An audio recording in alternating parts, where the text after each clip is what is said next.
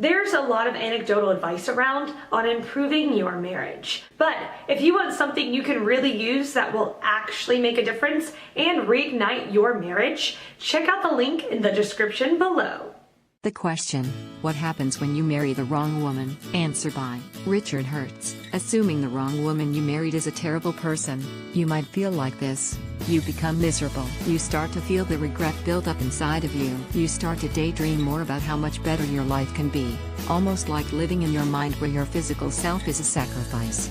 And you play out what-if scenarios in your mind. You start to accept and look forward to death. People around you, friends and family will eventually notice your distance or that you never seem to be present in the moment. You have a hard time sleeping. You avoid spending time with your wife, working more hours or making up excuses to not be around her. Holidays are like prison time. Birthdays suck. Anniversaries are fake. You no longer find happiness in things that you once used to. You start to look and talk to more women just to feel alive again.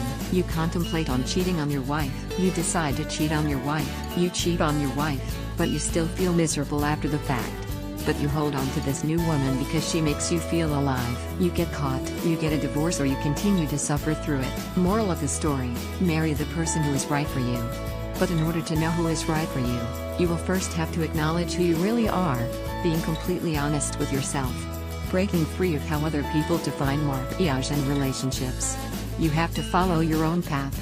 Finding the right person can be a lifelong quest. And Terry's no guarantees that you will ever find this perfect person. But what's worse, living miserably with someone or living alone? FYI, I lived the life I just listed. It really sucked. Answer by Elena Debenham. What makes her wrong for you? You had been dating her, having intimate contact and relationships which lead to a proposal, probably romantically. The woman seemed right to you back then. Well, it is not her to be wrong. It is your own disappointment when she, as wife, doesn't support your expectations, or was not ready for marriage. Durable dissatisfaction in relationships will make you angry, dissatisfied, disappointed. It will lead to quarrels and request changes.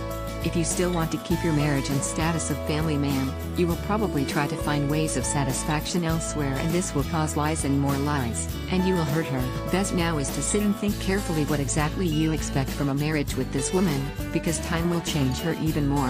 Her life principles will get strongly set. And one day you may realize you wake up in a bed with stranger. Please don't do any cheating or disrespect behind her. It's not her guilt if she is wrong to you. She can be everything for someone else. Only an upfront conversation can solve the anxiety, because after all you fell in love with each other for the reasons, so you do have things in common. Let yourself be heard and try to hear her. Good luck, all blessings. Answer by Kane Reeves. I hear, I married the wrong person regularly, from both men and women. When people are unhappy in their marriage, they look for reasons to explain why, and the easiest target is the other person. This improved our relationship, saved my marriage today. Rather than see things they don't like about their partner as things that could change, most people see what needs to change as their partner. With that line of thinking, it's then very easy to develop the belief that you married the wrong person. Part of the problem with the belief I married the wrong woman is that it feeds the misperception that Terry's the right person or perfect partner out there somewhere, and then, when you've found your true love, you'll be happy forever. Relationships take work, all of them.